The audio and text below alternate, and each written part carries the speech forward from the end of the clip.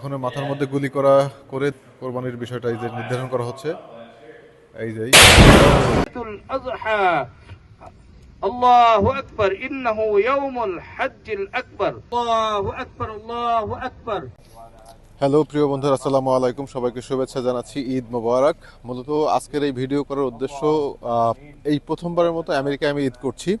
আমেরিকার ঈদ কেমন হয়, আমেরিকার গরুর দাম কেমন, আমেরিকায় গরু কিভাবে জবাই করা হয়, খাসি বা অন্যান্য কি পশু এখানে কোরবানি করা হয়, তার বিস্তারিত তথ্য নিয়ে আপনাদের সাথে আজকে এই ভিডিওটা শেয়ার করব। তবে বিশেষ করে আমি যেটা শুনেছি বা যেটা দেখেছি এর আগে, আমেরিকায় গরুকে গুলি করে তারপরে জবাই করা হয়।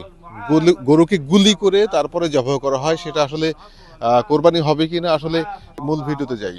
যেহেতু এখানে সব জায়গায় কোরবানি করার সুযোগ নাই, ফার্মে গিয়ে কোরবানি করতে হয়, সে কারণে সবাই ঈদের নামাজ পড়ার পরেই কিন্তু কোরবানির উদ্দেশ্যে রওনা দিয়ে দেয়। কোনোভাবেই সময় নষ্ট করার সুযোগ নাই।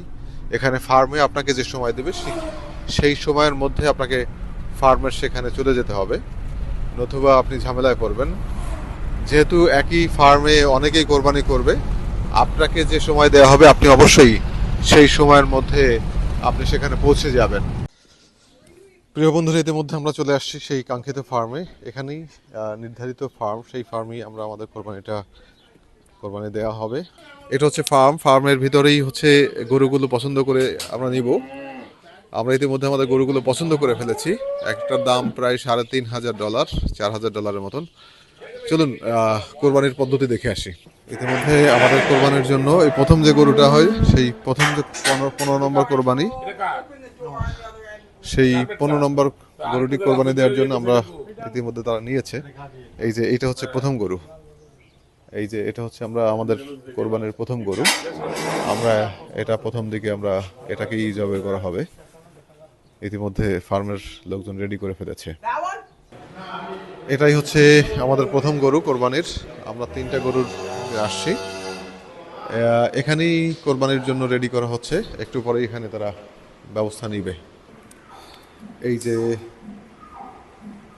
বন্দুকটা দেখতে পাচ্ছেন, রাইফেল 303 বলা হয়। এটা দিয়েই আসলে গুলি করা হবে। আগে গুলি করে এই যে গুলি, এরপরে গুলি করেই কোরবানি দেওয়া হবে আর কি।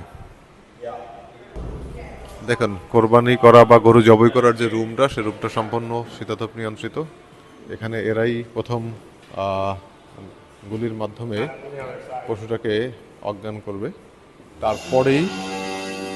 তারপরেই হয়তো আমরা জবাই করার সুযোগ পাবো।